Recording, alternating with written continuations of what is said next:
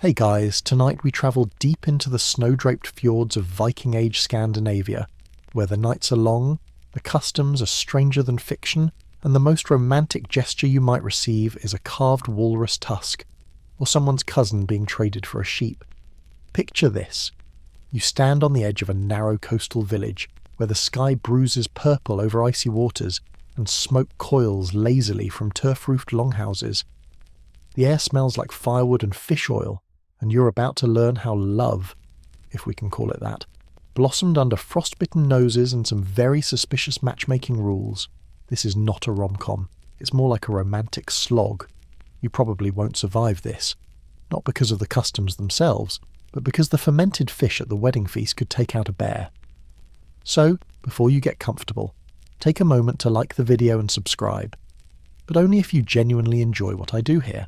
And let me know in the comments where you're listening from and what time it is. I'm always curious who's drifting off around the world. Now, dim the lights, maybe turn on a fan for that soft background hum, and let's ease into tonight's journey together. You're trudging through ankle-deep snow, your boots crunching with every step toward the central hearth of a tiny Viking village. Winter has pinned everything in place, boats, sheep, and likely your own fingers. But inside the longhouse, warmth flickers through the smoke-hazed gloom. It's a wedding night. Not yours. Not yet. But you're here to observe. This is how marriage begins. Not with a kiss, but with the solemn inflation of a goat bladder full of honey mead. Yes, a literal balloon of booze is passed around, its skin slick and slightly hairy, as villagers chant old words about fate, fire, and fertility. Outside, a ceremonial bonfire cracks and snarls like a drunk dragon. It's built not just for warmth, but to chase away bad spirits that might curse the union. A carved wooden effigy, maybe Thor, maybe somebody's drunk uncle, stands sentinel beside it, staring off into the night with weathered eyes. The bride, draped in wool dyed a muddy shade of blue, is led forward by two elder women. Her hair is braided with bones, real ones. From a chicken, maybe. That's supposed to bring good luck. She doesn't smile, but that's not unusual. Viking weddings are more like contracts than celebrations. If she's lucky, she had some say in this. If not, well, she'll get used to the smell of fish jelly.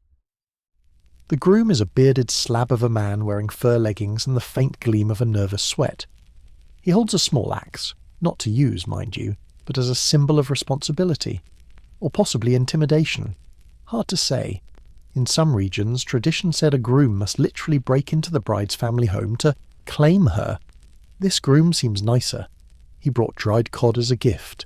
As they approach the fire, an elder mutters phrases in Old Norse that translate roughly to, "May your cattle not die, may your children not be ugly, and try not to stab each other before midsummer." Solid advice, really. Then comes the hand fasting. No rings here, just a strip of woolen cloth binding their hands, wrapped 3 times and knotted. The knot is literal, but also symbolic, and weirdly tight. Your fingers go numb just watching. The witnesses are mostly family and neighbours, who have come in various degrees of intoxication. One man hiccups his way through a harp solo. A child is licking a rock. There's a guy who brought a falcon. No one seems sure why. Now the final act, the blood offering. Don't worry, it's mostly symbolic nowadays. But traditionally, someone, hopefully not the couple, would slit the throat of a small animal, often a goat or a pig, and mark the ground with its blood. This is to bless the marriage. Some say it also discouraged bad luck. Others argue it just made for a stickier dance floor. Historians still argue whether this sacrifice had deeper religious meaning, or was simply a social expectation. Either way, if you're squeamish, you might want to turn toward the mead table. And yes, there is mead. Lots of it. In horns, in bowls, in that goat bladder we mentioned earlier. You're offered a sip and it burns sweetly down your throat with a honeyed kick that numbs your worries, and probably your tongue. One more cup, and you might agree to marry the person offering you pickled herring on a stick. Outside, snow keeps falling softly, muffling everything. Inside, the longhouse grows louder. Laughter rises. Someone is trying to dance, or possibly just falling. A woman leans over to tell you about her cousin's marriage, which involved 3 brothers, 1 ox, and a very angry duck.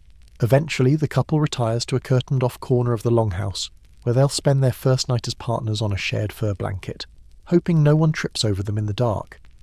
Privacy is more of a suggestion here. And you?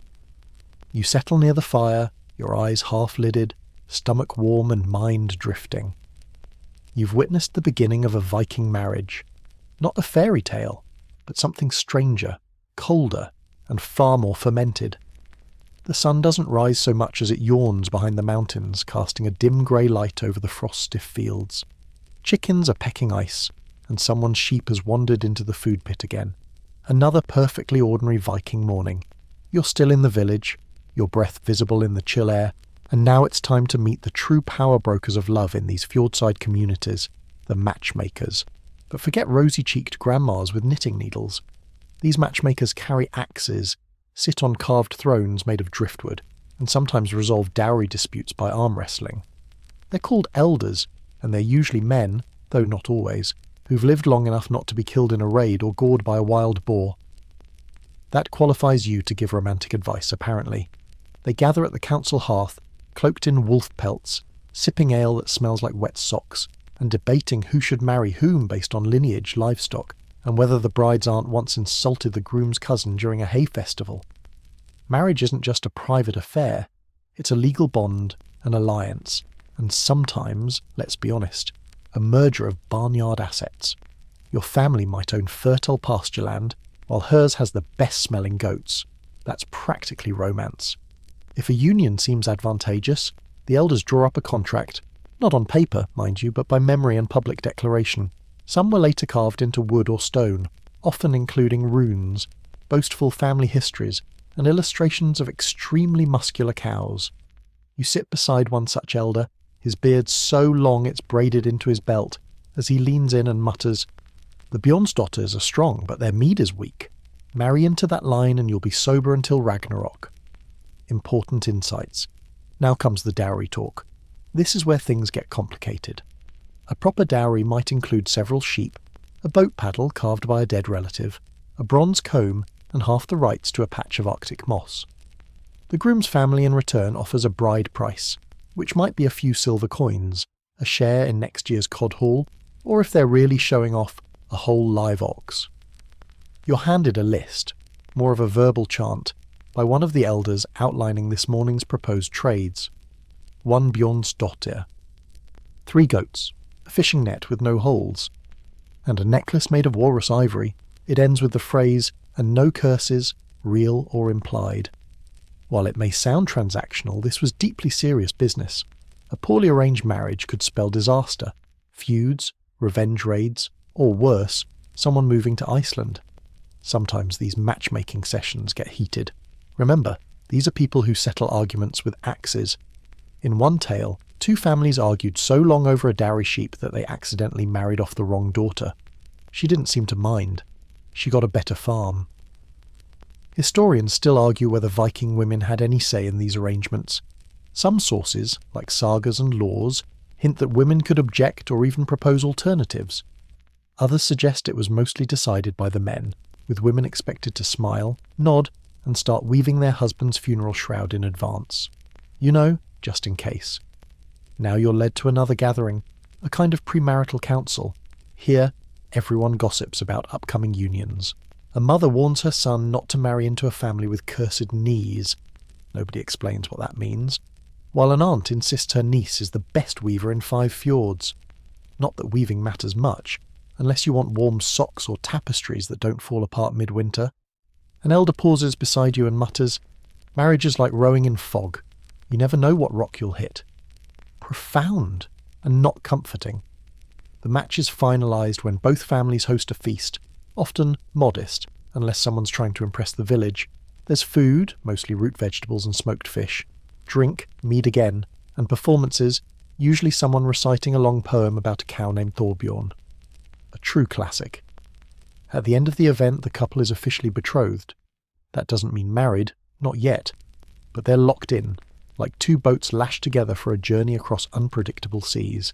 You sit back as the elders finish their mead and begin sharpening their spears again, now discussing a separate marriage involving a widow, a piglet, and a mysterious clause about no future lawsuits. This may take a while. Outside, the sky darkens again. The days are short, the nights long, and the village settles into another stretch of preparation, anticipation, and maybe mild dread. But for now, the match is made, the goats are accounted for, and the elders begin planning who they'll marry off next, and you. You stretch your legs beside the hearth, grateful that no one has tried to trade you for a barrel of cod. Yet. The next morning dawns somewhere between grey and greyer.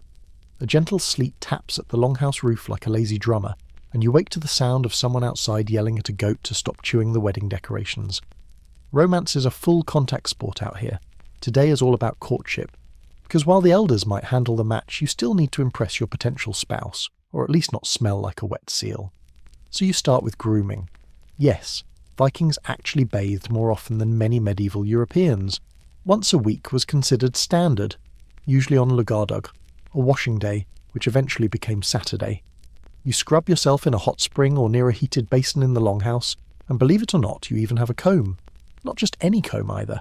It's carved from bone and tucked into your belt, a visible sign that you care about your hair. Lice, sadly, are part of the aesthetic, but you're doing your best. You also clean your teeth, not with minty floss, but with a sliver of fishbone. It gets the job done, kind of. Just don't smile too wide unless you want to scare someone's sheep. Then comes the beard oil.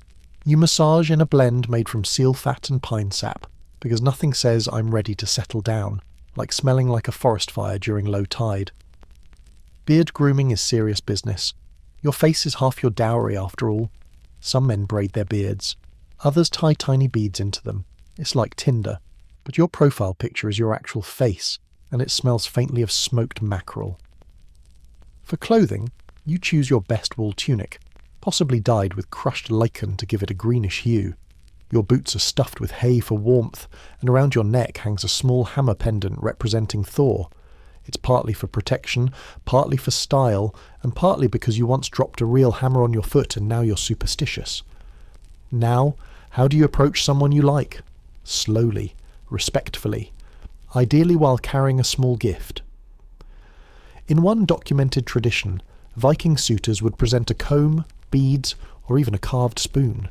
Just imagine someone handing you a beautifully whittled spoon and murmuring, "I thought of you while gutting a trout." Swoon. There are flirtations, yes, but Viking style. You might sit beside someone during a feast and offer them the choicest piece of dried fish, or compliment their weaving pattern, or in rare cases challenge them to a wrestling match. If they pin you to the ground and laugh, that's basically a proposal.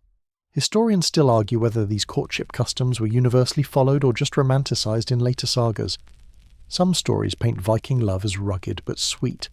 Others make it sound like a drunken brawl that ended in a legally binding hug. You wander through the village, observing. One boy is trying to impress a girl by balancing a whole trout on his head. She pretends not to notice, but then she blushes. That's basically marriage. Over by the fire pit, a woman sings a soft lullaby while weaving a patterned belt. Her suitor sits nearby, pretending not to watch her hands. Later he'll ask if he can borrow her spindle. If she says yes, it means he might get to borrow her name next. Meanwhile, your own courtship options are being discussed by 3 elders and someone who insists on feeding you dried apples every time you speak. They agree you're sturdy and unlikely to collapse during sled hauling. High praise. Someone slips you a love note. It's not paper, because that's rare and expensive. Instead, it's a flat piece of whalebone with runes etched into it. You squint at the inscription. It says, "You smell better than Sven." Touching. Viking love letters could be short poems, runes of admiration, or just sketches of boats and hearts. Some were meant to be burned after reading. Others were kept hidden in pouches as personal charms. You tuck yours into your belt and feel weirdly flattered. Evenings are for mingling. In the longhouse, you sit close to the fire watching potential partners pass by. You laugh at their jokes, refill their horn of mead, and maybe share a story about your best ox. These aren't grand declarations of love. They're practical, polite, and a little smoky. A girl offers you half her smoked eel. You accept. Then she tells you her family raises the best sheep on this side of the ridge. Coincidence? No. That's flirting. Of course, not every attempt lands. One man tries to impress his crush by doing a handstand while holding a sword. He falls into a basket of turnips. She doesn't even look up. Brutal. Still, there's a comfort in how earthy it all is. Courtship isn't about grand gestures. It's about small, consistent efforts, sharing warmth, offering food, listening to someone explain why their uncle's goat can predict snow. By the time you curl up near the hearth, you've survived your first Viking flirtation. You smell faintly of pine and seal, your hair's slightly damp, and there's a whale bone rune in your pocket from someone who might just think you're not terrible. That's basically true love, right?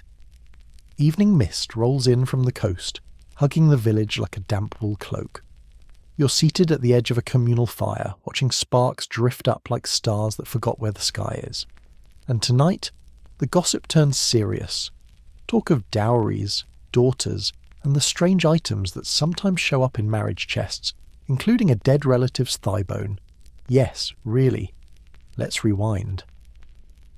The dowry in Viking culture wasn't just a financial transaction. It was a symbolic declaration of trust and legacy. When a bride was promised, her family didn't just hand over a few goats and call it a day.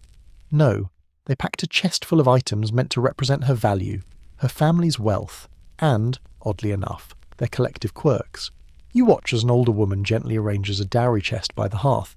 Inside, a silver brooch, 2 wool blankets, a bronze hairpin, and what looks suspiciously like a rune-carved femur. She notices your stare and shrugs. "Great Uncle Arvid," she says. "Very wise. We keep him close." Right.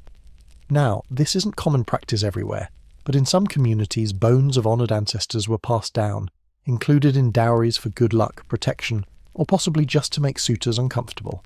Historians still argue whether these relics were actual ritual items or simply family heirlooms that somehow became, well, bone-shaped. Aside from skeletal souvenirs, a dowry might also include livestock, household tools, woven goods, or even land deeds carved onto wooden staves. One known example includes a spinning wheel, a goose, and a bucket painted with protective symbols. All very romantic. But don't think the groom walks away empty-handed. He's expected to provide a morgungifu, a morning gift. Not breakfast, sadly, but a symbolic offering to his new wife. This could be a piece of jewellery, a small plot of land, or even a promise inscribed on a decorated comb. Think of it as the Viking version of a prenup, with more livestock. As negotiations unfold, things can get tense. One family insists their daughter is worth 2 sheep, not 1. The groom's uncle counters by pointing out her cousin burned the hay barn last winter. A quiet debate ensues about whether the quality of wool justifies an extra goat. You sip your mead and try not to laugh. These discussions are public, long, and occasionally absurd. Someone recalls a tale where a dowry included a magic comb that allegedly summoned fish.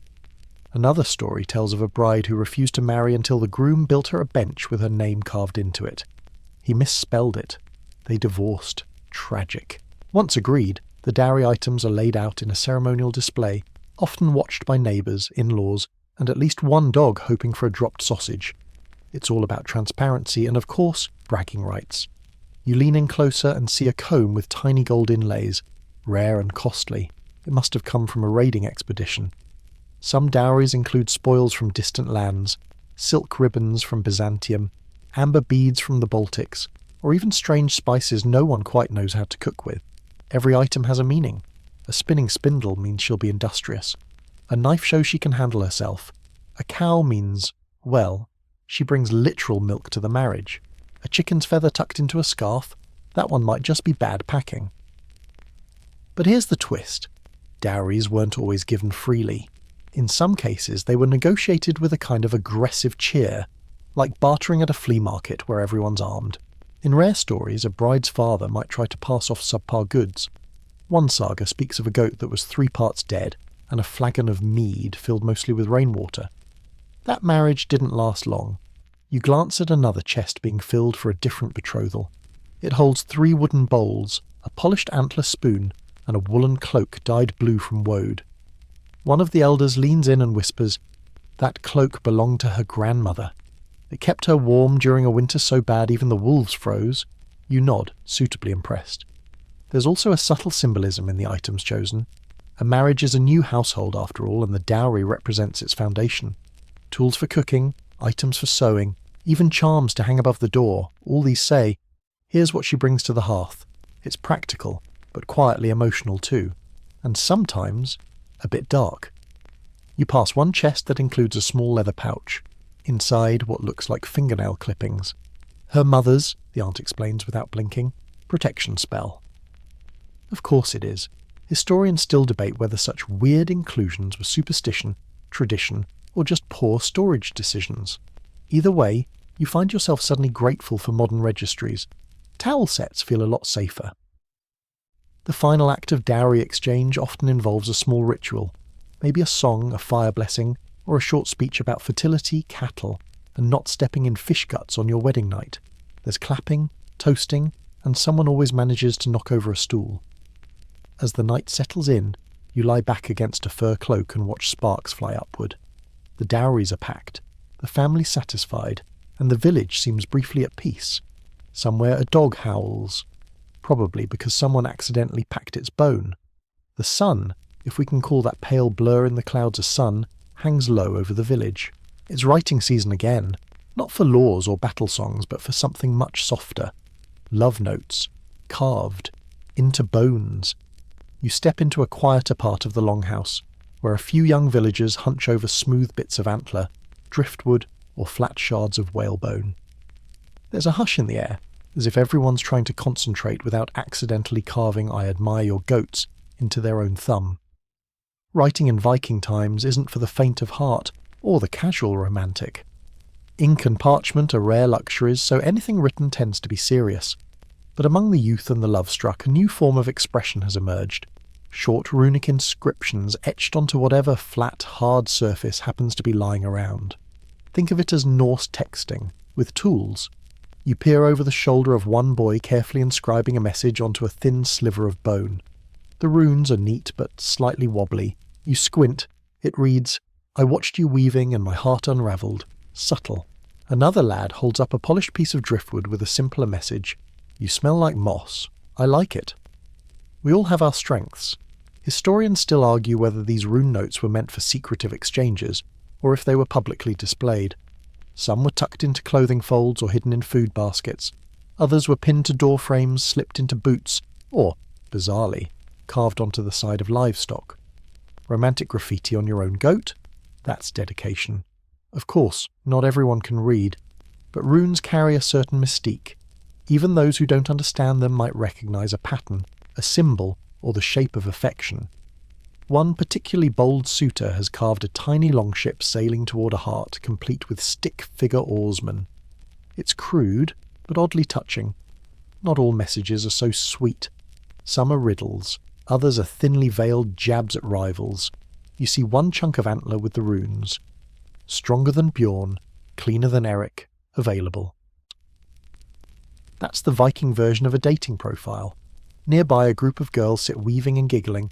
They're pretending not to look at the boys with bone chips and carving knives, but you can tell they're paying attention. One even tucks a carved token under her belt, face flushed. It simply reads, "Your hair shines like oiled bear fur." Who could resist? But there's an art to this. First, you must choose your material carefully. Bone is sturdy and portable but can crack. Driftwood is softer, easier to carve, but might carry that unpleasant dead fish aroma. Antler is ideal, dense, smooth, and vaguely magical looking. Once chosen, the suitor carves the runes using a small iron tool or even the tip of a knife. These messages aren't thrown together. There's thought, rhythm, and often a bit of flair. If a note's too desperate, it's mocked. If it's too poetic, it might be mistaken for a funeral charm. You aim for somewhere between "I admire your weaving" and "let's raise sheep together." Some notes are tucked inside token gifts, beads, braided strings, tiny carved animals. One girl gifts a young man a stitched leather pouch with a single rune inside. Wait. He spends 3 days trying to figure out if that means wait for me. Or, wait, I changed my mind. You wander past an older couple chuckling over a box of old tokens. "He carved this one when we first met," she says, holding up a curved sliver of wood. It reads, "You threw a fish at me and I liked it." Romance, Viking style. Some love notes take the form of poetry. Short stanzas, alliteration heavy, crammed with metaphors about weather, axes, or animals. You read one aloud. "You are the snow I would never melt, the fire I would never quench, the cod I would never trade." She must have been quite a catch. Historians still wonder whether these romantic exchanges were common or rare exceptions. Skeptics point out that most Viking runic inscriptions are business records or gravestones, but sagas hint at tender exchanges like these, quiet tokens passed between hearts in the midst of a world that was often brutal and cold. Even warriors weren't immune. One surviving rune reads, "Think of me when your sword grows tired." It's either profoundly romantic or just passive-aggressive. But not all messages are welcomed. One unlucky lad receives a rune stick back, snapped in half. The message on it, no, concise, effective, ouch. Others meet strange fates. You find one token nailed to a tree outside the village. The wood split, the runes nearly washed away. You trace your finger over the damp grain and make out, if not this life, then the next. Either that's undying love or the beginning of a Norse ghost story. By evening, the carvers retire, their fingers stiff and their tokens carefully stashed or quietly burned. Rejection is handled with a shrug, or sometimes a drinking contest. You curl up by the hearth once again, watching the flames flicker against bone, wood, and soft woven gifts. Outside, the sleet thickens, but inside, hearts are warmed by messages simple and sincere. Even in a time of axes and storms, someone still takes the time to carve "I like your eyebrows" into a piece of antler. And really, isn't that all you need? Dawn breaks with the soft crunch of boots on frost-hardened soil, and the low groan of boats shifting at anchor. The sky's bruised purple, and the wind carries a scent that's equal parts salt, pine, and fermented fish. You're standing by the village's tiny harbour, eyeing a row of longships ready to depart. Not just for pillaging this time, but for potential courtship. Yes, you're going raiding. For romance. While we often imagine Viking raids as all fire, steel, and pillaged monasteries, some were launched with subtler motives. Raiding another village didn't just bring home silver and slaves, it sometimes brought back someone you might eventually call sweetheart, or at least co-owner of livestock. Today's destination is a small inland community a few fjords over. Not enemies exactly, more like second cousins with awkward inheritance disputes. Still, there's enough tension to make the rowers extra enthusiastic. Plus, there's word of 3 unmarried daughters and a granary worth envying. 2 birds, 1 boat. You step aboard a low-slung ship, the wooden planks slick with sea dew. A carved dragon's head at the prow grins at you ominously. Your crewmates are busy tying bundles, sharpening blades, and arguing about who remembered to bring the dried onions. Romance, after all, requires good breath. Raids like this aren't always violent. Sometimes they're more like assertive visits. The longship slides into the fog, gliding past low cliffs and scattered seals. After several hours of rowing, and one uncomfortable moment involving a seagull and someone's sandwich, you land quietly on a shingle beach. You're greeted by wary eyes and a few nervous-looking farmers. Then someone recognises a cousin, and suddenly it's a reunion. Axes are lowered. Greetings exchanged. One guy offers pickled herring as a peace offering, and somehow that seals the mood. For now. This particular raid isn't about treasure. It's about finding potential spouses. A cousin's cousin might know of a family with an eligible daughter, and if you bring enough mead and your manners, you might walk away with more than a sack of barley. You follow a small group up to a longhouse that smells like sheep and sour milk. Inside, women glance up from their weaving. Men straighten their backs. Children try to sneak a look at the visitors' swords. The elders confer. After a tense moment, likely remembering that small inheritance war from 2 summers ago, someone nods. A feast is prepared. That's a good sign. You sit, chewing cautiously on a slab of dried lamb while introductions are made. The eligible young woman, Sigrid, appears. She's tall, with hair braided into what looks like a siege weapon. Her father eyes you like he's weighing a cabbage. It's unclear who's more nervous. Your party brought gifts, nothing too flashy. A bone comb, a string of amber beads, and strangely, a carved wooden spoon in the shape of a duck. Apparently that's a compliment. Sigrid seems unimpressed. Then someone challenges her to a log-lifting contest. She wins easily, hoisting a beam over her shoulders like it's kindling. You're instantly in love, or maybe terrified.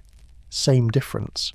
Historians still argue whether these romantic raids were planned matchmaking missions or spontaneous flukes.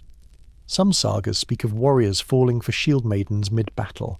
Others describe marriages that began when a bride was invited to return home with a raider. The ethics vary, to say the least. But not all raids were hostile. Some were more like trade expeditions with flirtation. You hear tales of a trader who met his future wife while bartering wool for onions. She threw a turnip at him. He proposed. It was love at first bruise. You decide to impress Sigrid by offering her your antler comb. She studies it, shrugs, and hands you a well-woven mitten. Is that affection? Possibly. Or a hint to keep your hands warm and your expectations cooler. Night falls, and the feast continues. Mead flows, someone starts singing about a goat that fell in love with a snowman, and you find yourself laughing beside Sigrid at the absurdity of it all. She tells you her favourite animal is the Arctic fox. You tell her yours is the eel. She blinks slowly. Maybe don't bring that up again. Later, your party prepares to return home. Sigrid's father approaches with a serious face and a bundle. It's filled with smoked meat, 2 beeswax candles, and, surprise, Sigrid herself. Apparently a deal was struck during the goat song. She joins you on the boat, staring silently out at the water. You're not sure if she's happy, annoyed, or just cold. You offer her a cloak. She nods. Progress. As the longship glides back toward your village, the stars shimmer overhead. You glance across the deck and catch her quietly carving something into a sliver of bone. A message, perhaps, or a curse. Either way, she's coming home with you. That's either the start of a love story or a saga. The longship noses into your home harbour just as morning breaks, if you can call this thin grey light morning. You step onto the icy shore, stiff-legged and sea-salted, with Sigrid beside you. She's still not speaking much, but she did accept a piece of dried apple, so that's basically intimacy. The village gathers. There's curiosity, excitement, and a couple of people who are clearly just here for the post-raid gossip. Your cousin squints at Sigrid and mutters, "Looks strong." It's unclear if that's admiration or a challenge. And now it's time for the next step in Viking romance. The first date, Viking style. Forget candlelit dinners. Here, it's axe throwing, archery, and sometimes, just for fun, bear wrestling. Because nothing says soulmate like seeing whether your potential spouse can hit a deer skull target from 20 paces with a rusted spear. You start small, axe throwing behind the longhouse. The target is painted on a tree stump and Sigrid hits it dead centre without blinking. You aim and manage to graze the outer bark. She raises an eyebrow. You consider claiming it was intentional. You don't. Then it's time for archery. Bowstrings creak in the cold as both of you line up shots at a row of wooden ducks mounted on sticks. She nails 3 in a row. You take longer, much longer. One arrow flies backward. Someone politely pretends not to notice. There's laughter, though. Warm, amused, and definitely at your expense. Still, it feels easy. In this world where marriage is often arranged like livestock trades, the rare chance to play together is surprisingly intimate. Next is a team sled pull. You and Sigrid are harnessed together like a pair of shaggy reindeer. The goal? Drag a log around the village green. You manage, though at one point you both fall in a snowbank and end up laughing with frozen beards and icy mittens. A local child throws snow at you. This is considered encouragement. Then comes a casual test of bravery, a tradition in some fjordside communities. You're both led to a small icy pen containing what appears to be, yes, that's a young bear, muzzled, mostly. The challenge is to touch the bear's back without flinching. Sigrid goes first, walks straight in, taps its shoulder, and walks out again like she just picked up a loaf of bread. You hesitate, enter the pen, and very carefully pat its fur. The bear grunts. You freeze. Then someone throws a fish to distract it. You exit, trying to look calm. Your heart is in your ears. Historians still argue whether these contests were common across all Viking regions or specific to certain coastal villages with too much free time and not enough bears. But the idea of proving courage, often as part of bonding, shows up in many sagas and oral traditions. Later, you and Sigrid sit by the edge of the fire pit, sipping hot mead laced with herbs. She finally speaks. "You throw axes like a sleepy goose," she says. You blink. Then she hands you a strip of jerky. Compliment accepted. Other couples are doing their own first date versions. One pair is carving spoons together. Another is chasing each other around a pile of hay while elders cheer them on like it's a sporting event. One boy is serenading a girl with a lute that's missing 2 strings. It's awful. She looks smitten. You wander with Sigrid past the cattle pen, where someone's tied ribbons to the horns of a particularly judgmental-looking sheep. She points out the constellations, different from your interpretations. Her version of the Big Dipper is a warrior pouring stew. You find that oddly poetic. Viking first dates aren't about candlelight or subtle glances. They're about movement, shared tasks, and small moments of connection between flurries of noise and challenge. You've hauled, thrown, nearly been mauled, and only fell in the snow twice. Not bad. Some couples go into the woods to search for mistletoe, a rare plant believed to bring good luck in love. You and Sigrid find a patch. She crushes a sprig in her hand and rubs it onto your forehead. "Now your dreams won't freeze," she says. Romantic? Maybe. Weirdly comforting? Definitely.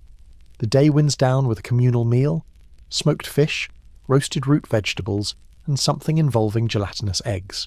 You and Sigrid sit shoulder to shoulder, passing bowls, sharing bread, and occasionally nudging each other like sled dogs testing teamwork. Someone starts a song. Others join. It's old, off-key, and about two lovers who accidentally swapped clothes and caused a minor war. The rhythm is lulling. Your eyelids dip. You feel a hand tug your sleeve. It's Sigrid, offering you another piece of dried apple. You think you're doing okay. The snow falls heavier now, blanketing the rooftops and muffling the village in that thick, sleepy hush that only a true northern winter can deliver. The longhouse smells like smoked birch, damp wool, and turnips roasting in the coals.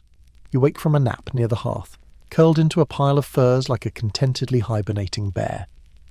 But today is no ordinary winter's day. Today is about testing the match. See, in some Viking communities, before a marriage was finalised, couples entered into a trial marriage, an informal union that lasted a year or more. Think of it as Norse cohabitation, but with more livestock and slightly fewer throw pillows. So, you and Sigrid are about to begin your trial marriage. No big ceremonies, no axe blessings. Just a shared space, shared chores, and the shared judgment of every neighbour watching your every move. You're given a corner of the longhouse to call your own, partitioned off by woven reed mats. Inside is a straw mattress, a cooking pot, and a carved wooden spoon you're expected to share. Yes, just the one. If that's not intimacy, what is? The rules are simple. Live together, work together, and don't get caught trying to sleep in separate corners unless you're both covered in frostbite and excuses. The community watches. If you argue loudly, people pretend not to hear, but they're absolutely listening. You begin with chores. Together you haul water from the frozen stream, your bucket handles numbing your fingers until they tingle. Sigrid works fast, barely flinching. You try to match her pace and nearly drop the ladle into the snow. She hands you a dry cloth without a word. Somehow, that's encouragement. You grind grain, take turns stirring the stew, and, most crucially, scoop out the ash pit together. Romantic? No. Revealing? Oh yes. Shared labour is where the sparks of compatibility either kindle or fizzle entirely. Trial marriages were often a practical solution in Viking culture. Especially in rural communities where survival meant cooperation, this arrangement gave couples time to evaluate whether their strengths and tempers complemented each other. Historians still argue whether this custom was formalised by law or varied from village to village. In Iceland, it appears to have had semi-legal status. In other places, it was more of a socially accepted experiment. Either way, it was the original try before you buy model. Only instead of checking if your partner snores, you were checking if they could slaughter a pig without fainting. You and Sigrid are doing all right.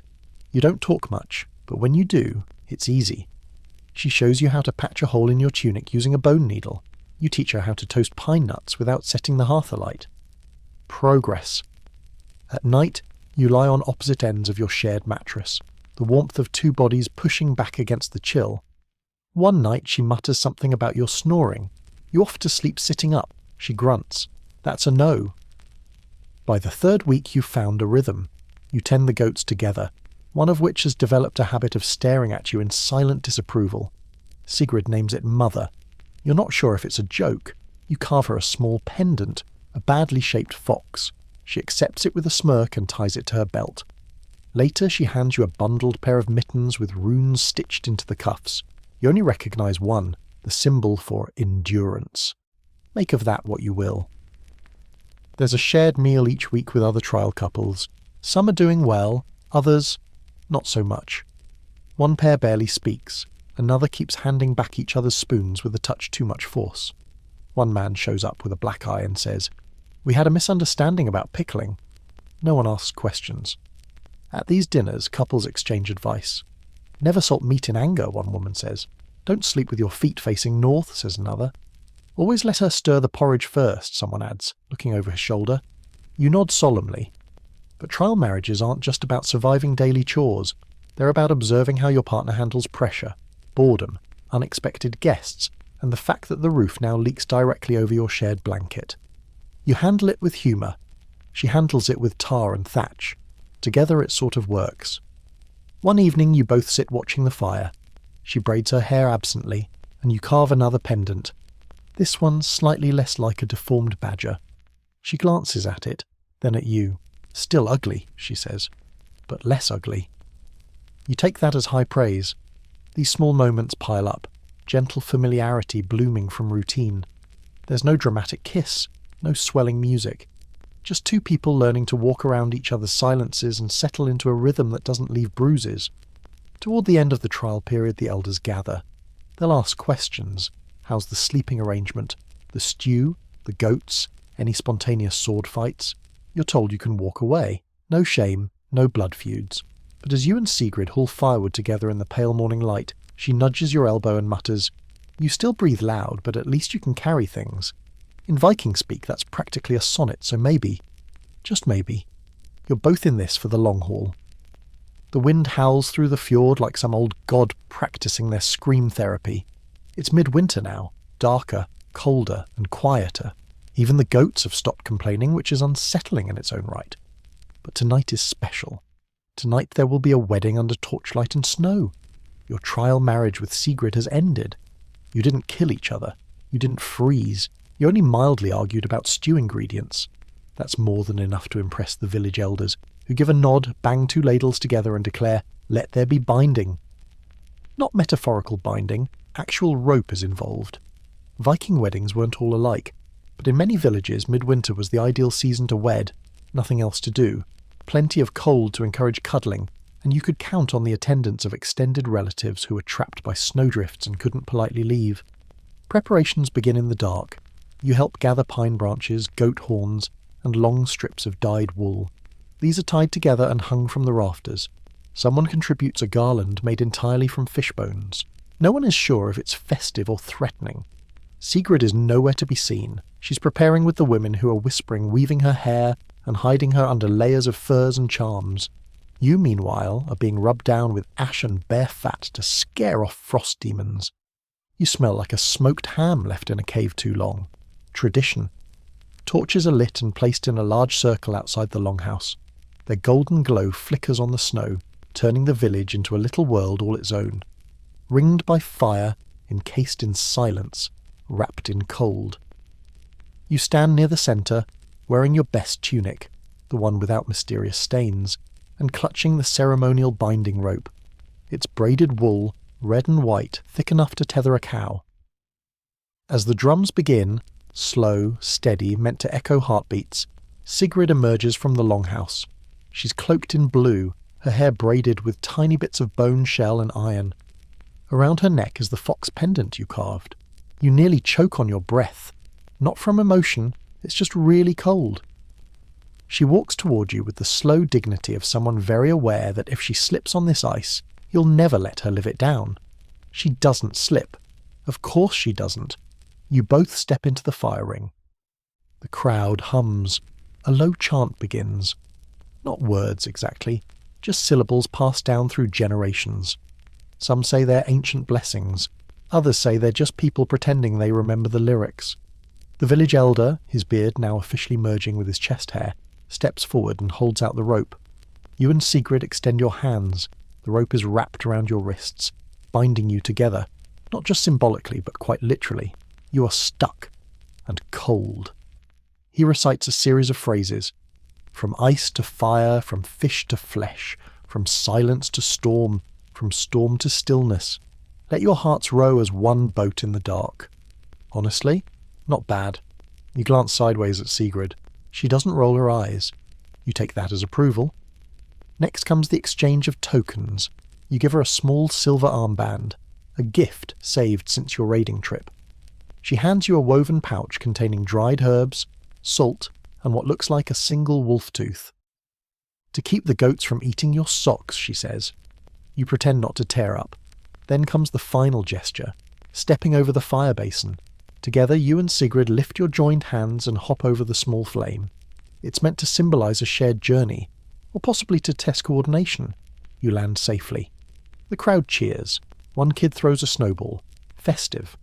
The feast begins. Tables are dragged out. Bowls of hot broth, bread slathered in goat butter, and roasted root vegetables appear like magic. You're handed a slab of smoked trout. It's a bit dry. You eat it anyway. Someone begins a wedding song about two lovers who got lost in a blizzard and ended up founding a whole new village by accident. It's sung loudly, off-key, and with questionable historical accuracy. People drink. Someone toasts you. Someone else toasts Sigrid. Someone toasts the goat that wandered through during the vows. The goat looks smug. And of course, there's dancing. You're dragged into it. So is Sigrid. You both flail around the fire like two pine trees in a windstorm. At one point she laughs so hard she drops her soup spoon. You think you've never heard a better sound. Historians still debate how uniform Viking wedding customs were. Some mention elaborate rituals involving animal skins and symbolic tools. Others describe simpler, quieter ceremonies. But what's clear is that these weddings were public, meaningful, and most importantly communal. Tonight everyone's part of your joy.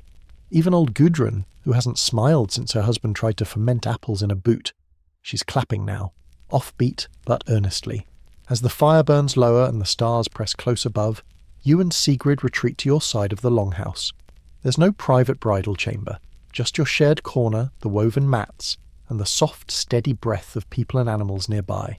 The rope that bound you during the ceremony now hangs above your space, looped and symbolic. You curl beneath a fir, shoulders touching. Your dancing, she murmurs, was worse than your axe throwing. Thanks, you whisper. She smiles, and that, under all this cold, feels like the warmest part of the whole night. By the time the sun creeps up over the horizon, more a reluctant glow than a beam, the longhouse smells like fire smoke, wool, and regret. The wedding feast is technically over, but no one seems ready to stop eating, drinking, or telling increasingly dramatic stories about events that occurred just hours ago. You wake curled beside Sigrid, your shared fur blanket tangled and a little damp from someone knocking over the stew pot during last night's dancing. A wooden bowl lies upside down near your foot. You're fairly certain it wasn't yours. A murmur runs through the longhouse. It's time. The post-wedding breakfast ritual is about to begin. You shuffle out from your corner, bleary-eyed and sore from the unfamiliar mattress. Sigrid yawns, combs her hair once with her fingers, and follows, not saying much. Morning rituals don't require conversation. They require geese. Yes, geese. The morning after goose ritual is a tradition that defies easy explanation. In some villages, it's meant to bless fertility. In others, it's a test of luck, endurance, or your ability to handle honking birds before breakfast. Either way, you're herded outside into the snow with the rest of the newlyweds, where a small flock of geese is waiting. Someone hands you a bowl of warm porridge and an egg. Feed the goose, they say, but only the right one. No one explains what right means. The geese swirl around you, beady-eyed, judging. Sigrid stares them down like a seasoned warrior. One honks, she honks back. The crowd nods in approval. You choose a goose at random and offer your egg. It pecks politely. Sigrid picks one with a slightly crooked beak. It ignores her entirely. Good omen, an old woman whispers. You're not sure if that's a compliment or a warning. Historians still argue whether these goose rituals were widespread or just very localized eccentricities. Some suggest they tie into older animal divination rites. Others think someone just really liked geese, and no one stopped them. Either way, it's part of your marriage now. After the birds are fed, you return to the longhouse, where breakfast is being served in loud, overlapping waves. Porridge sweetened with honey, leftover smoked meat, thick slabs of dark bread, and a jelly made from fermented fish that nobody touches unless they've lost a bet. There's more to this morning than food. It's a chance for relatives and neighbours to present blessings, which can range from heartfelt to extremely awkward. One woman gives you both a small carving of a bear. For strength, she says, then hands you a second, smaller bear. For if the first one doesn't work, someone else gifts you a sack of dried moss, for bedding or snacks. You decide not to ask. Then comes the oldest woman in the village. her spine more curve than bone, her face a network of lines deep enough to map a fjord. She clutches a jar of cloudy liquid and mutters, "Drink this tonight. It helps the womb." You both nod politely, planning to bury it behind the woodpile. Another elder hands Sigrid a thin silver wire shaped into a knot. Hang it above the hearth to keep quarrels short. You're handed a spoon with a hole in the middle, to remind you not everything needs fixing. Profound, probably. As the crowd thins and the breakfast turns into general loitering, the local skald, the resident poet and rumour enthusiast, stands to recite a wedding blessing. It's long, it rhymes, it contains a metaphor involving ducks, snowstorms and undying affection. You clap anyway. You and Sigrid sneak away for a moment, stepping behind the smokehouse where the snow is deep and quiet. She leans against a log, watching the sky. "That goose hated me," she mutters. "No, it was just shy. It honked at my feet. Some cultures would consider that flirting," she laughs. "A real one. You feel like you've just passed some kind of test. Before the moment stretches too long, someone calls for you to return. It's time for the mirth circle. Sounds fun, isn't? The mirth circle is a traditional game played by newlywed couples, often in front of the entire village. Each pair must tell a story about their courtship. Funny, embarrassing or heartfelt. You're handed a wooden token and pushed toward the centre with Sigrid at your side. You begin. "I carved her a fox." "She thought it was a fish," Sigrid adds. "I said it was abstract." "She kept it anyway," the crowd chuckles. A good start. "Then we shared a spoon," you say. "She used it as a knife. It wasn't very sharp, but the porridge didn't complain." Laughter. Someone claps. You're feeling bold now. "And one time," you say, "I tried to flirt with her by giving her dried apples. She gave me back a beat. A really nice beat. It had personality." The crowd erupts. You bow. Sigrid doesn't, but she smirks. It's not just about the stories. It's about showing the village you can laugh together, survive winter together, and possibly raise a goose or two without total collapse. As the day winds down, the sky turns pale gold behind the mountains. The crowd begins to drift toward their own fires. You and Sigrid return to your corner, now officially yours. Above your bedding hangs the silver wire knot. Beside it, the holy spoon. On the mat between you lies one quietly snoring goose. You decide not to question how it got there. You look over at Sigrid, already asleep, her breath steady and calm. You think about the fish jelly, the goat judging you from the doorway, and the odd quiet of a winter morning when your life has officially and slightly weirdly begun. And you feel settled.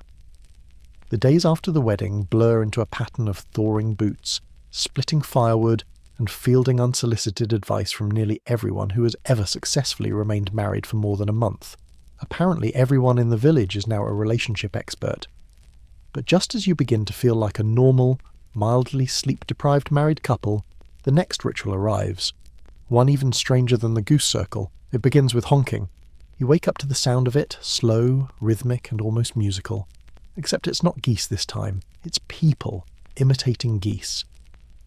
You emerge from your longhouse corner, bleary-eyed, and see a group of elderly women slowly parading around the fire pit, honking ceremonially while waving bundles of dried herbs. One carries a goose-feather fan. Another is wearing what looks like a hat made from an upside-down basket. You've learned not to ask. Welcome to the Fertility Blessing. In this village, newlywed couples are honoured, or gently terrorised, with a rite designed to encourage prosperity of the home, body, and grain stores. That means a combination of chanting, symbolic food, and being very awkward while trying not to laugh. You and Sigrid are ushered outside, each holding a wooden bowl filled with barley. One elder begins humming. The others join in, forming a droning circle around you. A small goat is led in, made to wear a necklace of dried berries, and instructed, somehow, to walk around you 3 times. Sigrid raises an eyebrow. "Is this the part where the goat marries us again?" You whisper back. "I think it's here for moral support." After the 3rd lap, you're handed a new item.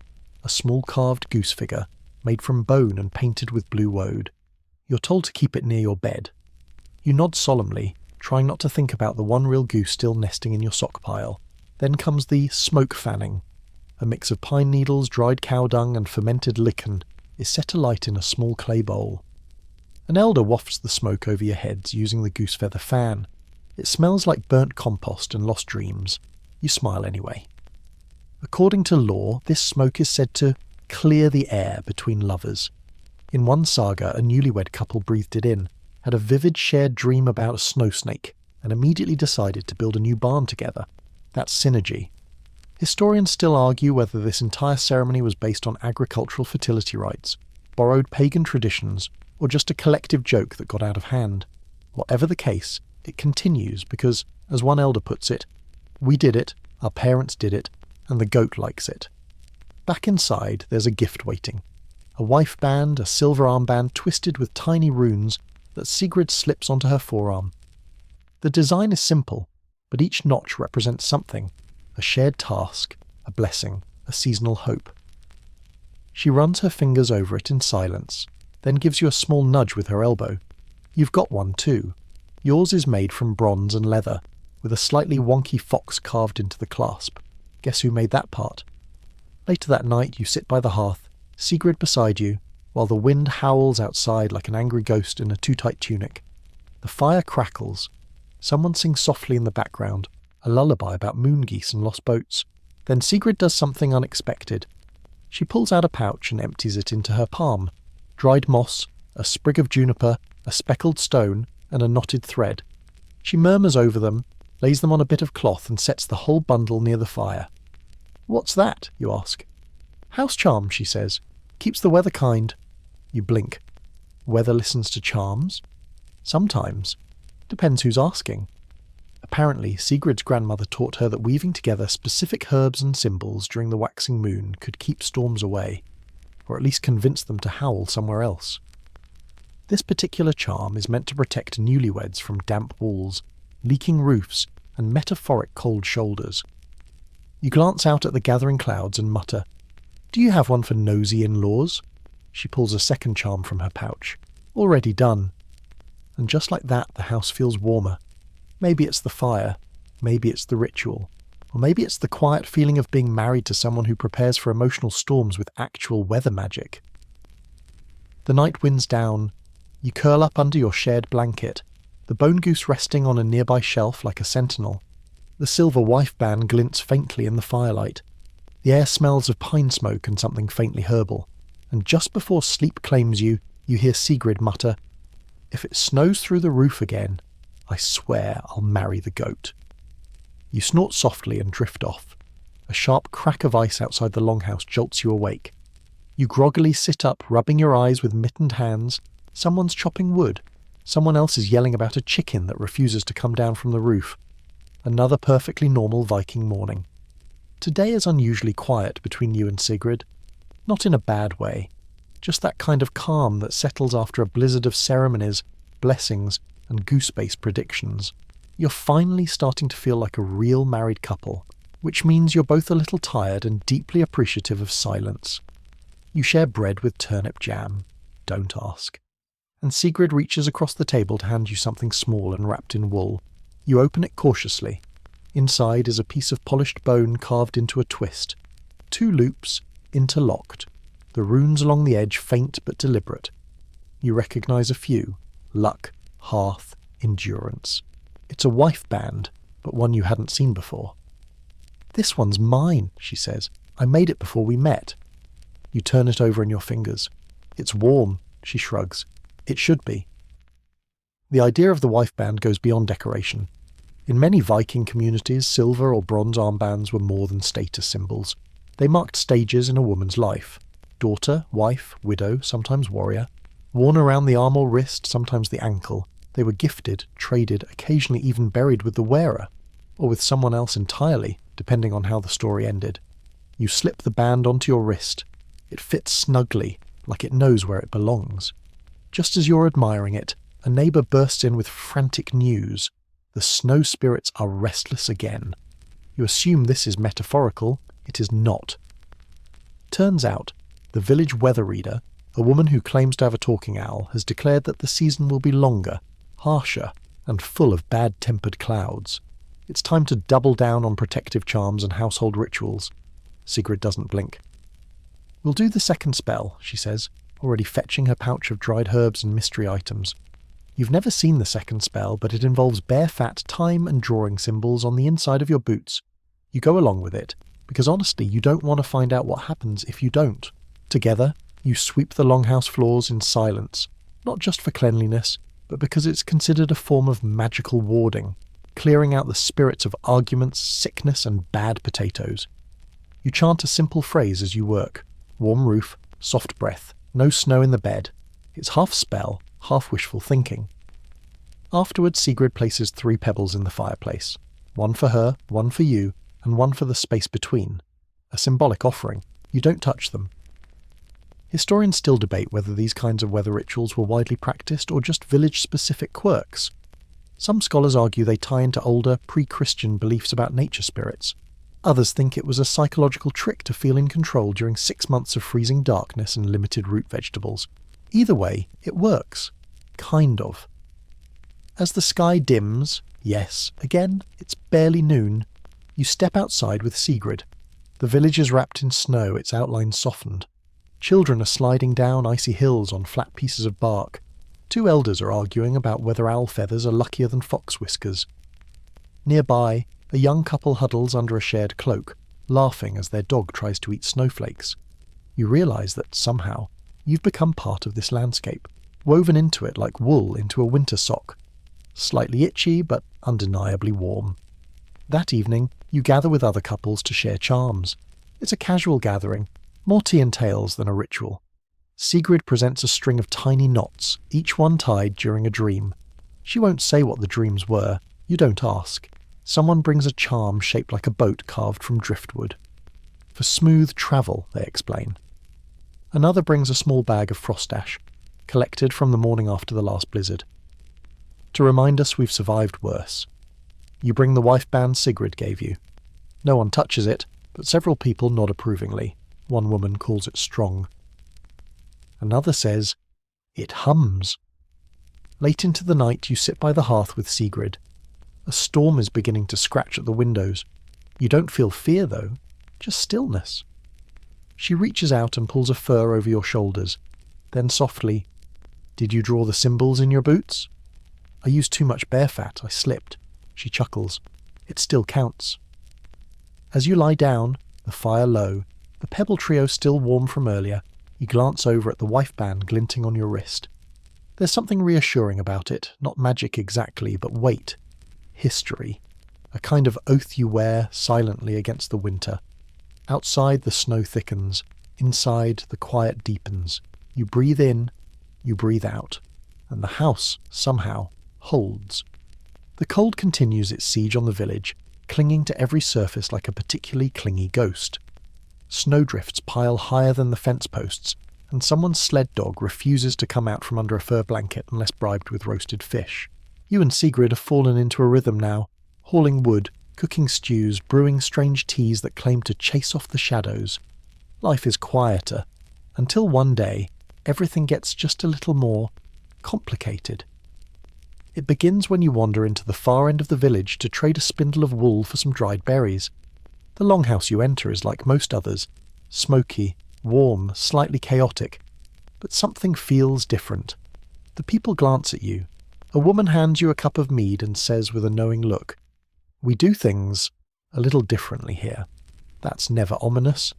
You soon discover that this village, tucked away near the edge of the fjord, has a unique approach to marriage. Specifically, polyandry. Yes, 1 woman, 2 husbands, sometimes 3, and not for reasons of drama or scandal, but practicality. Turns out, when winters are long and men are frequently away raiding, having more than 1 husband ensures the household keeps running. There's always someone to chop wood, someone to tend the goats, and someone to keep the soup from boiling over. A rotating trio of domestic stability. You meet Thyra, the woman in question. She's tall, broad-shouldered, and chopping vegetables with the kind of focus that makes you afraid for the onions. Her 2 husbands, Eric and Leif, are nearby. Eric's weaving a fishing net. Leif is fixing a shoe. Both seem calm, comfortable. You're more confused than they are. "Does it work?" you ask cautiously. Thyra shrugs. "We eat, we sleep. No one forgets to salt the meat. That's better than most." Historians still argue whether polyandry existed in Viking society, or if it's a rare regional anomaly. Some sources suggest it was pragmatic, especially in isolated communities with uneven population ratios. Others think it was more common in Iceland, where social experimentation occasionally slipped through the cracks of tradition. Whatever the case, this household seems to function better than some monogamous ones you've seen. You remember one newlywed couple that fought for 3 days over goat milking duties. This trio, they rotate chores on a carved board and hold planning talks twice a week. You're offered a spot by the fire and invited to join dinner. Thera ladles out stew, Eric brings bread, Leaf offers pickled herring, and you pretend not to notice that the seating arrangement seems, well, assigned. Sigrid arrives halfway through, bundled in a fur cloak, her expression unreadable. "They told me you were learning about marriage," she says dryly. "They didn't say which kind," you murmur back. Over dinner, Sigrid quietly interrogates Thyra while you chat with Eric, who insists their setup is just about fairness. "We each get 2 nights by the fire, 1 night for snoring in the corner, and 1 free day," he says. "Like a well-run farm." Leaf joins in. "And if someone's sick, the others pick up the slack. It's not strange, just efficient." Later, you help carry water, and Thyra confesses, "Sometimes they argue about who sharpened the axe last, but at least it's not always me settling it." You nod, imagining what it would be like to split your chores and your snoring rotation. Sigrid watches all of this with a mix of amusement and thinly veiled judgment. "1 husband is enough," she mutters as you walk back through the snow. "Because I'm so competent? Because I don't have the patience for 2 of you. Fair." As you near home, you see an elder approaching with a question about marriage structures for spring planning. Apparently this polyandry situation has started quite the debate. Some villagers are intrigued, others are horrified. One man seems mostly concerned about who gets to keep the firewood rights. Over the next few days, the topic becomes the talk of the village. Some suggest writing new oaths, others start carving elaborate multi-spouse spoons, which raise more questions than they answer. You and Sigrid wisely say little, but privately you both agree that love, Viking love anyway, is rarely tidy.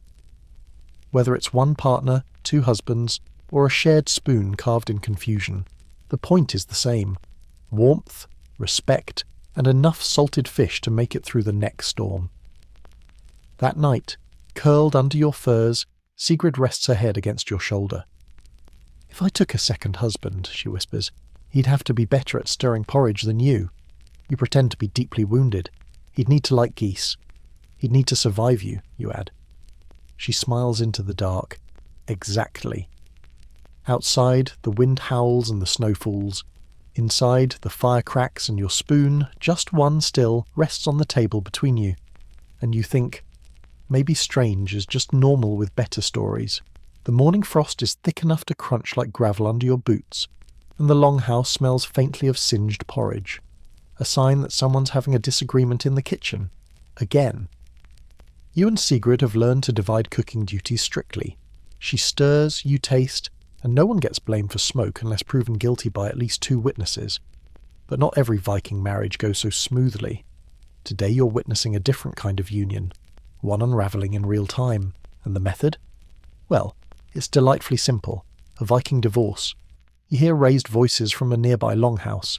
Nothing explosive, just the kind of firm tone that says someone has reached their limit with goat hooves in the doorway or too much mead at breakfast. You wander over, as one does in a small village where privacy is more of a suggestion than a reality.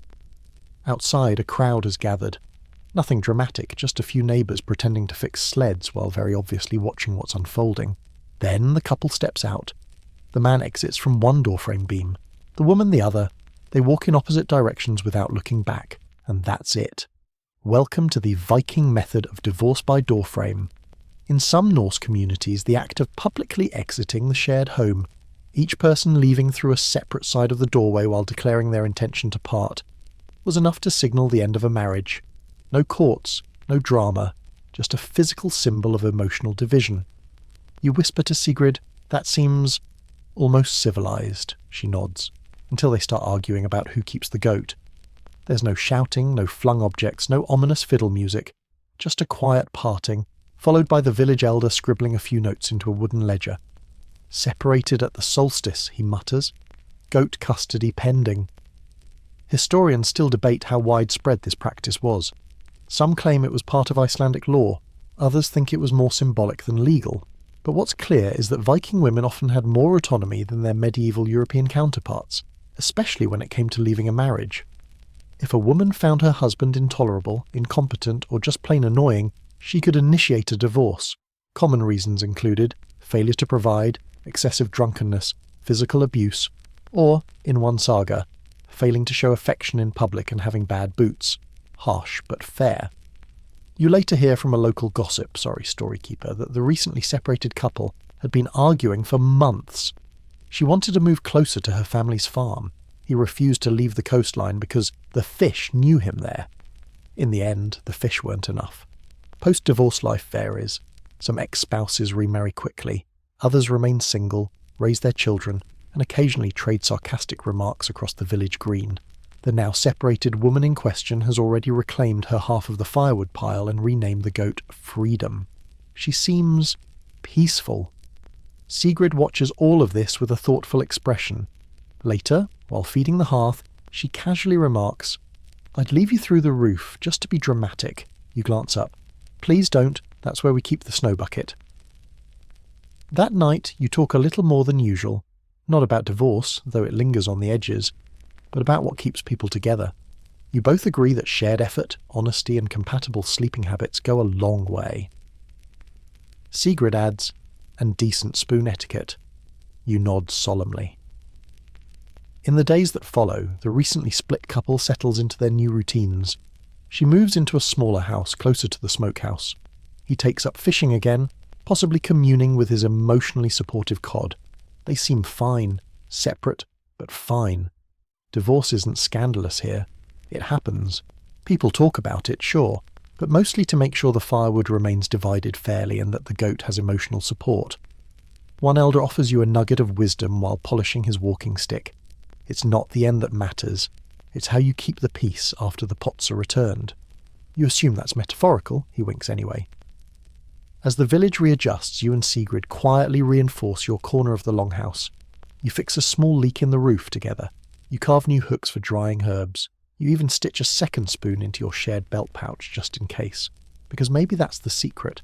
Not perfection, not permanence, just the shared daily acts of choosing each other, of stirring the same pot, hauling the same wood, and occasionally letting the other person win an argument about where the socks should go. You fall asleep that night to the soft rustle of wind against the wall, the creak of wood settling, and Sigrid muttering in her sleep about fixing the goat's attitude. And you think, if she ever leaves, you hope she at least uses the front door. You wake to a creaking sound that isn't the wind, or a door, or even the goat finally learning to respect personal space. No, this sound is deeper, colder, and somehow below you. Sigrid stirs. "It's them," she says, already throwing on a wool cloak. "The ancestors are restless." You pause. "They live under the floor?" She pulls on her boots. "No, but they visit." "Right. Of course. In many Viking households, the ancestors were never far away, quite literally. Some families buried their dead beneath the longhouse floor or just outside the walls, believing that their presence brought protection, wisdom, and the occasional unsolicited opinion. You glance down at the wooden planks beneath your feet. They're warm from the hearth, but now you can't help wondering if great-grandmother Solveig is listening as you argue over who forgot to feed the chickens yesterday. That faint creaking, maybe it's just the cold, or maybe Solveig really is unimpressed. Later that morning, you're invited to join a husfru, the matronly keeper of ancestral rites, as she conducts a ceremony to honour the spirits. You're not entirely sure what to expect, but she hands you a small bowl of ashes, a black feather, and a hard piece of bread. "For the offering," she says without further explanation. You kneel with Sigrid near the hearth. The husfru walks slowly around the room, muttering phrases in Old Norse, tapping the walls with a stick, and pausing now and then to scowl at the ceiling. "Checking for ghosts in the rafters," she whispers. "They get lost." She then tosses a handful of dried herbs into the fire. The smoke curls into strange patterns. One looks suspiciously like your cousin's face, which is probably a coincidence. Or not. Each family offers their ancestral tokens. One man lays out a carved wooden shoe. A woman places a cracked ring. Another offers the hilt of a rusted dagger wrapped in sheep wool. The objects are symbolic, representing memory, protection, and occasionally passive-aggressive haunting. You offer your item, a small figurine of a fox, one ear chipped. Sigrid brings a piece of her old weaving loom. Both are laid beside the hearth where they'll remain until spring, absorbing warmth, stories, and maybe a little soot. Then comes the listening. Everyone goes silent, hoping for creaks, whispers, or signs. The room stills. The fire snaps softly. A beam groans above you. The husfru nods. They're watching. You whisper to Sigrid, "Should we be doing something respectful?" She whispers back, "You haven't cursed or spilled soup today. That's progress." In some parts of Norse culture, ancestors weren't just remembered. They were present, called upon for guidance, protection, or occasionally scolded for mischief. Some were believed to inhabit animals, wind currents, or even the dreams of their descendants. Historians still argue whether these beliefs were universally held or varied by region. Some sagas speak of ancestors offering advice in dreams. Others warn of spirits who move your boots just to be annoying. Either way, the dead are not distant. As the ritual ends, the husfru pours a ladle of mead onto the floor near the hearth. A toast to the ancestors. You follow suit, your offering soaking into the planks. You hope Solveig likes it. You also hope she's not judging your spoon-stirring technique from beyond. Later that day, you visit the ancestral mound outside the village, a low hill covered in stones and frost. Sigrid lights a small lamp and places it at the base. For the ones who walked before, she says, you add your own small token, a pine cone, oddly shaped, but it felt right. You sit in silence for a while, listening to the wind whistle over the stones. Suddenly you remember a story told the night of your wedding feast, of a man who claimed his grandfather whispered to him from beneath the floorboards, "Use more salt." You laughed then. Now, you wonder. Back at the longhouse, the wind picks up. The walls creak again. This time, it sounds more like a sigh than a groan. You and Sigrid glance at each other. Neither of you speaks, but you both quietly straighten the mat near the hearth and move the fox figurine just a little closer to the fire. You fall asleep that night under layers of wool, fur, and the subtle weight of generations watching. Benevolent, curious, maybe just a touch critical. And as your eyes close, you wonder if they approve of your marriage. A soft whisper moves through the rafters. You decide it was the wind. Probably. The snow has settled in like an old relative who doesn't know when to leave, thick, silent, and starting to cover even the goats. You and Sigrid rise late, the light outside more blue than gold, casting long shadows across the longhouse. It's quiet, almost too quiet, which is how you know something's up. Because in a Viking village, silence doesn't mean peace. It means gossip is happening somewhere else. You follow the scent of fermented fish and mild chaos to the main hearth, where half the village seems to have gathered under the pretense of mending nets and stirring soup. In reality, they're whispering like ravens at a funeral. Sigrid takes one look at the huddle and mutters, "Someone's cousin kissed someone's sister's fiancé again." "Again?" you ask. She sighs. You'd be surprised. This morning's drama involves a young woman, Inga, known for her spectacular braids and mediocre archery, and a visiting Jarl's nephew, who apparently got very friendly during the last feast after one too many cups of sour cherry mead. Inga is now allegedly entangled with not one but two suitors, one local, one noble, and neither particularly thrilled with the arrangement. The gossip spreads like wildfire doused in bear grease. You sit down quietly and listen as tales spiral out of control. She whispered to him near the goat pen. She gave him her second spoon. I heard they were seen laughing together by the woodpile. The horror. You glance at Sigrid, who's listening with a smirk. "You ever flirted by a woodpile?" She shrugs. "That's between me and the logs." Every culture has its social currency. For Vikings, it was no different. Status, family alliances, and a sharp eye for who smiled at whom during supper. Love might start with spoon sharing, but scandal spreads faster through sideways glances and misplaced boots. Soon, the elders are called to mediate, not over the supposed romance, but over the ripple effects. One suitor's brother now refuses to share his sled. The other's aunt says she saw bad omens in the stew bubbles. It's a logistical nightmare. Historians still argue whether Viking gossip served social cohesion or chaos. Some claim it helped regulate behaviour, acting as a kind of verbal village bulletin board. Others think it was just something to do when the snow got too deep to plough. But either way, gossip was serious business. Entire sagas were shaped by whispers. Marriages rose or fell depending on who said what at the fire pit. Later that afternoon, Sigrid joins a weaving circle, one of the prime gossip hubs.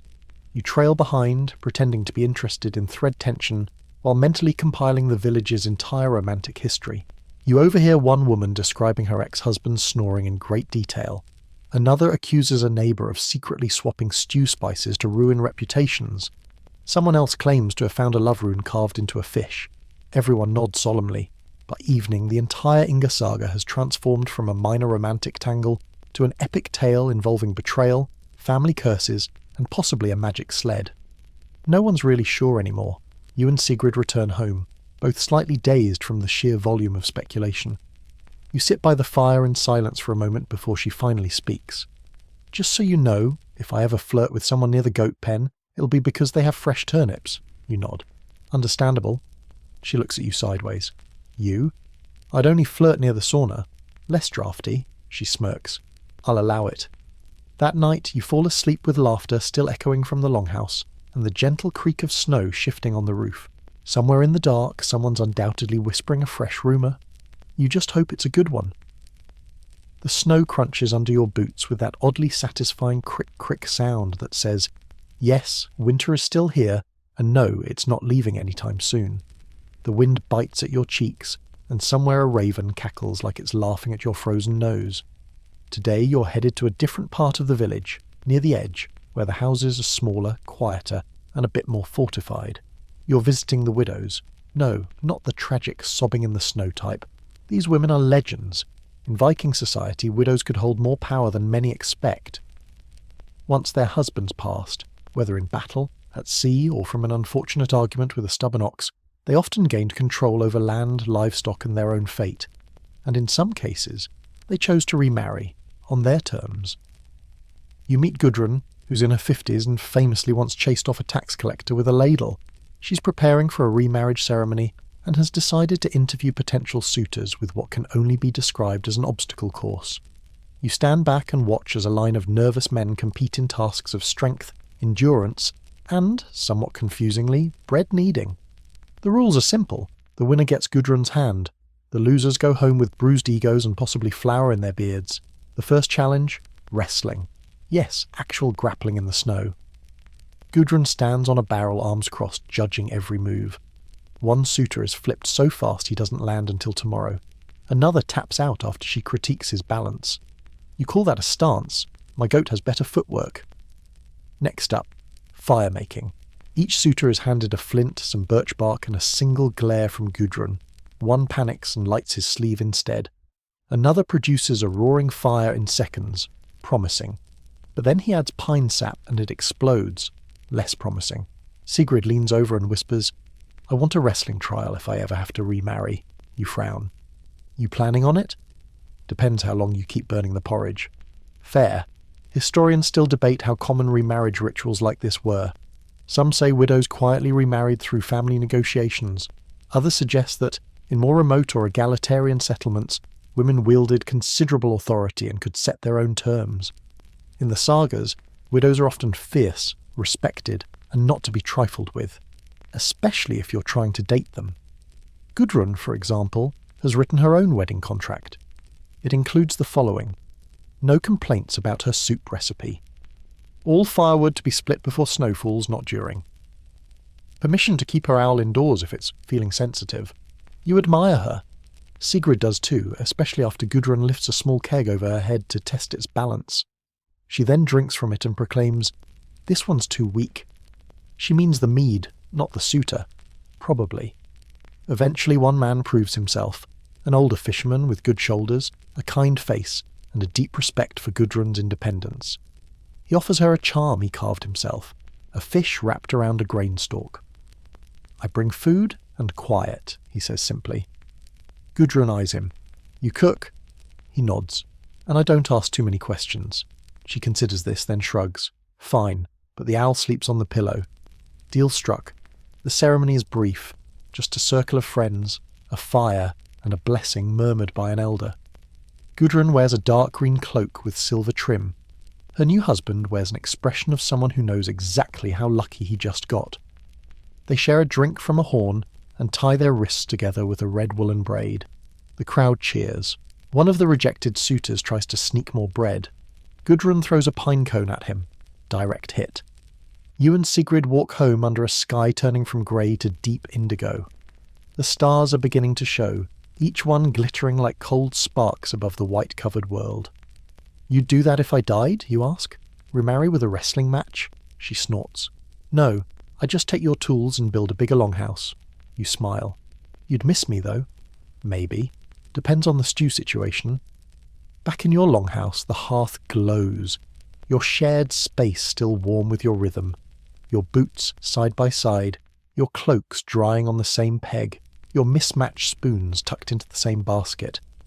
And even as the world around you shifts, marriages ending, beginning, or being renegotiated with pine cones and grappling matches, you feel something solid in the quiet between you and Sigrid. Not perfect, not fragile, just steady. It's another bitter morning, the kind where the frost clings to your eyebrows and even the goats look like they're rethinking their life choices. But something in the air feels different, heavier. Sigrid notices it too. She tightens her cloak and mutters, "They're digging."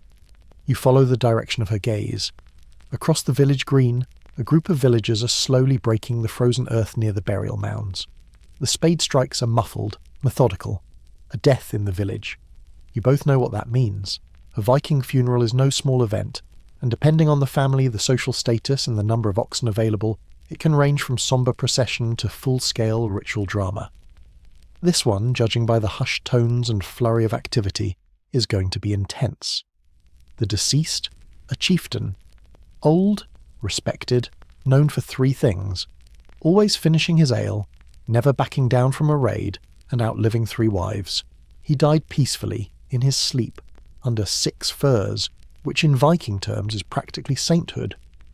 The question now isn't how he'll be buried, but who will go with him. Yes, you heard that right.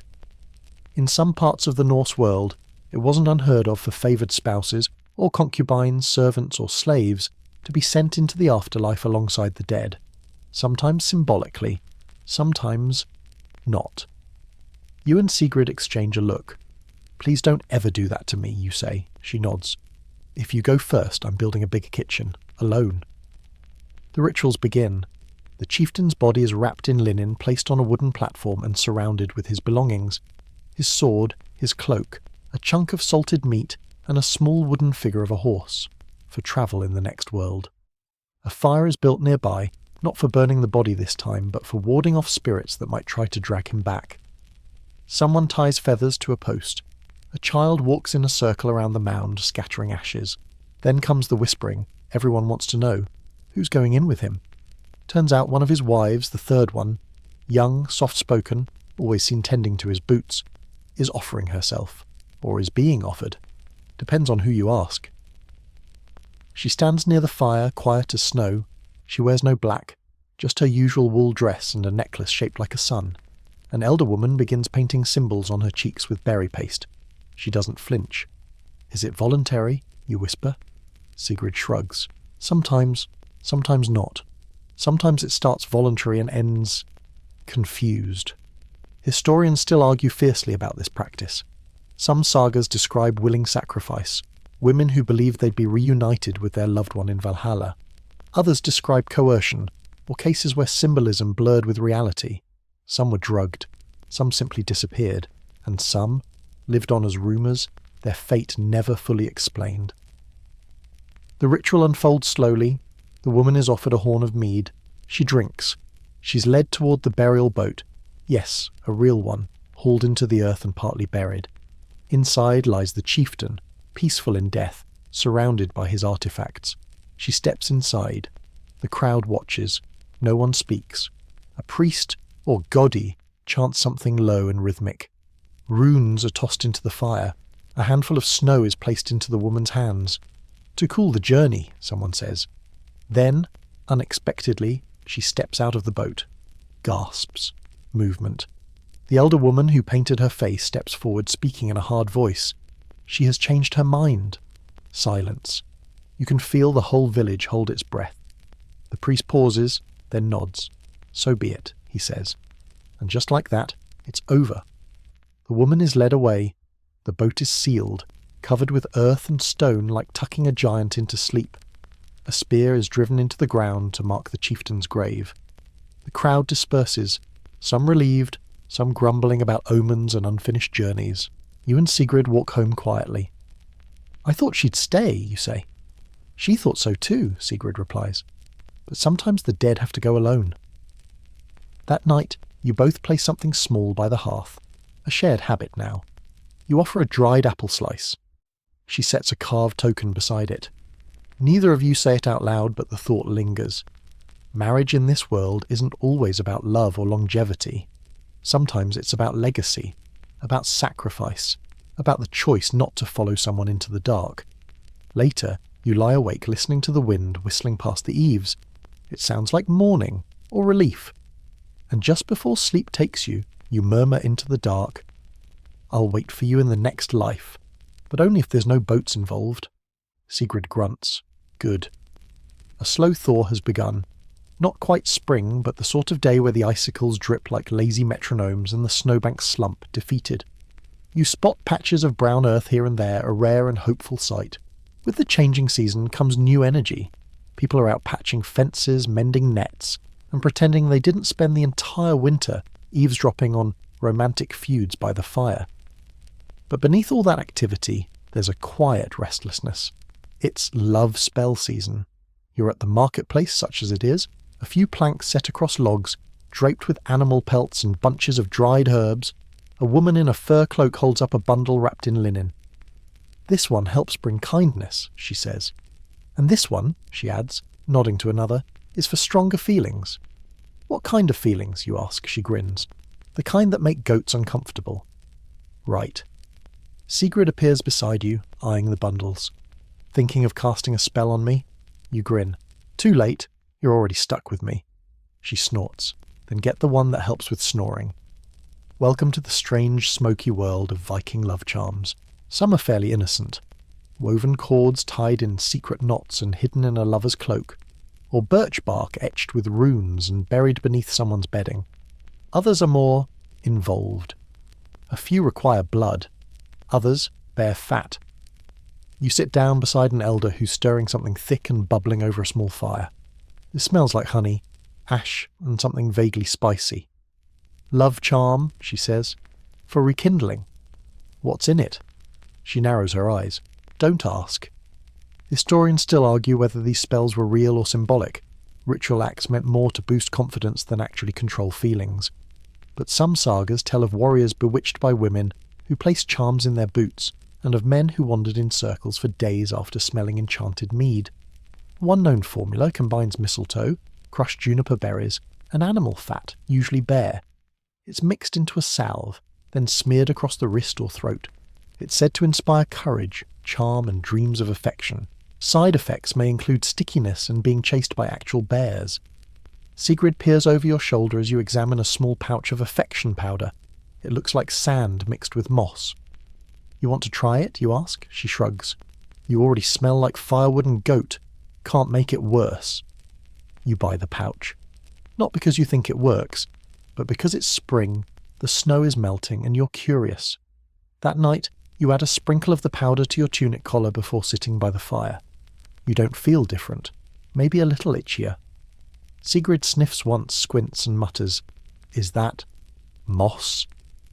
"Affection moss," you say proudly. She leans over and gently pokes your forehead. "You don't need spells, just stop leaving turnips in the bed." Deal. But love charms weren't just for winning someone over. They were used in marriage too, to heal rifts, rekindle desire, or just encourage kindness during long winters. One charm involves whispering a blessing into a cup of mead, then offering it to your spouse without saying anything. If they drink it, it's supposed to seal the intention. You try this the next night. You whisper into the horn of mead, "May you feel warm, may your feet stay dry, and may the goat stop stealing your mittens." Sigrid drinks it, then says, "You muttered into this, didn't you?" You freeze. "Just a little blessing." She nods slowly. "Tell the goat part to the goat next time. Spring brings more rituals. Young couples plant charm gardens with herbs tied to affection. Thyme, yarrow, wild onion. A girl carves a love rune into a piece of driftwood and tosses it into the fjord, hoping her feelings reach someone in the next village over. Someone else ties a fish scale into a braid, no one asks why. You and Sigrid craft your own charm, a cord of twisted red thread, a sliver of polished stone, and a scrap of fur from the first blanket you shared. You hang it above the hearth. It twirls faintly in the draught. You both pretend not to be sentimental. Later, you sit on the longhouse steps watching the stars emerge. The air smells of thawing earth and pine smoke. Do you believe in the spells? You ask. Sigrid thinks for a moment. I believe in the people who make them, you nod. Even the bare fat ones. Especially those. Takes guts to rub that on your face. You both laugh softly, leaning against each other. No magic, no mead. Just the slow, warm thrum of two people still choosing each other as the seasons shift. Inside, the charm above the hearth sways again. Just a little. You think maybe, just maybe, it's working. The sun lingers a little longer these days, stretching across the snow-packed roofs and casting pale gold over the hard-packed dirt paths between homes. You can feel the season turning. Not quite warm, but gentler, softer. The kind of days where even the wind seems too lazy to bite. You and Sigrid wake slowly, tucked under your fur blanket, limbs tangled and warm in that comforting way that says, we made it through another winter. There's no ritual today, no wedding, no trial, no charms to buy or goats to decode. Just you, your longhouse, and the lingering hum of everyday life finally settling back into something less dramatic. You stretch. Sigrid groans. The fire in the hearth crackles like it's talking in its sleep. You take turns stoking it, then sit shoulder to shoulder with bowls of warm porridge, watching the steam curl and the morning slip in through the cracks in the wooden walls. This morning smells like ash and thyme, and maybe a hint of the dried apple Sigrid saved from last fall and somehow hasn't mentioned until now. It's quiet, peaceful. This is what marriage becomes when the rituals are behind you, the long stretch of shared mornings. You talk about replacing the cloak peg, about fishing tomorrow if the ice is thin enough, about how that neighbour still insists her new husband can speak goose, even though the goose clearly disagrees. And in that stillness, something wonderful unfolds. Nothing. No drama, no doorframe exits, no wrestled suitors or buried tokens or angry ancestral creaking. Just ordinary love. Not the kind carved into runestones or sung in smoky halls, but the kind that lives in the slow act of spooning porridge into someone's bowl and saying, I remembered you like the crispy bits. Later, you patch a tear in your sleeve while Sigrid mutters about reorganising the herb rack. You argue lightly about whether the roof should be fixed now or after the snow's gone. You sit in silence for a while, then break it to tell her you think the goat might be pregnant. She raises an eyebrow. Again? Probably. She sighs. We'll need more turnips. That night you take the long way back from the stream, letting your boots crunch through the thinning snow. The stars are thick overhead, tangled like silver thread. The village glows faintly behind you, warm and sleepy. You stand still, just for a moment. You think about everything. The strange customs, the trial and error of learning to live beside someone, the way love weaves itself into the mundane until it becomes as steady as the walls around you. You step inside to find Sigrid lighting the last candle, her back to you. She doesn't turn when she says, "Took you long enough. The stew's almost warm again." You wrap your arms around her from behind. She hums. Not a song, just a quiet sound, soft as wool, certain as firelight. Above you the charm swings faintly. Below you no creaking, no ghosts, just a home, just the two of you, just now. The fire burns low now, glowing softly beneath the last blackened logs. Outside the night is quiet. Just a distant breeze sifting through old pine needles and the occasional thump of snow sliding off a roof. The longhouse breathes slowly. Shadows stretch across the walls like memories half forgotten, curling around the rafters and fading into the straw-covered floor. Sigrid's breathing has slowed beside you. Steady. Peaceful. Somewhere across the room, the goat snuffles gently in its sleep. You wonder, in the quietest part of your mind, if it dreams of warm hay and the absence of humans. Your eyes grow heavy. You can't remember when you stopped listening to the world and started sinking into it, slowly, like moss growing on stone, or frost melting on a windowsill. The smell of wood smoke and dried thyme clings to your hair. Your thoughts drift to the crackle of fire, the crunch of snow, The soft hum of old stories passed through a dozen sleepy tongues before you. And in this quiet world, where love is measured in patience and porridge, where weddings begin with goat bladders and end with silence beside the hearth, you find something strangely perfect. Nothing grand, nothing golden, just warmth, shared breath, and the kind of peace that doesn't need words. So rest now. You've travelled far, through snow and songs and softly glowing torchlight. Let the longhouse dim around you. Let the ancestors settle. Let the fire whisper its lullaby of embers. There are no more rituals tonight. Only sleep. Only dreams. Only the soft, steady hush of a Viking home and a love that asks for nothing more than your quiet presence. Your quiet presence. Your quiet presence. Your quiet presence. Your quiet presence. Your quiet presence. Your quiet presence. Your quiet presence. Your quiet presence. Your quiet presence. Your quiet